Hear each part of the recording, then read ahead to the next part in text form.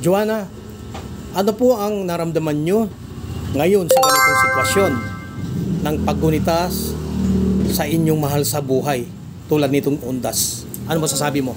Para sa akin, nakakalungkot siya kasi bumabalik lahat sa atin ng memory. Katulad ng pagkakaroon ng pagkapatay sa kamag-anak o pagbabalik memorya sa mga nakakaraang nangyari nung buhay pa sila. Katulad ngayon, kaya ginugulitan natin ng undas para makasama ulit natin sila ng kahit na kaluluwa na lamang sila nararamdaman pa rin natin yung presensya nila at presensya natin. Oh, ito pang pangalawang tanong sa inyo, no? Ano po ang panawagan nyo sa ating pamahalaan?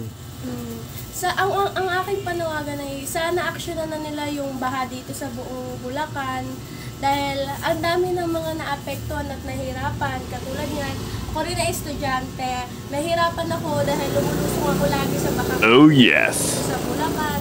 Lalo na sunod bagyo yung tumama dito sa Bulacan at napakalakas. Yun lamang. Okay. Salamat, Joanna. God bless you. Yes.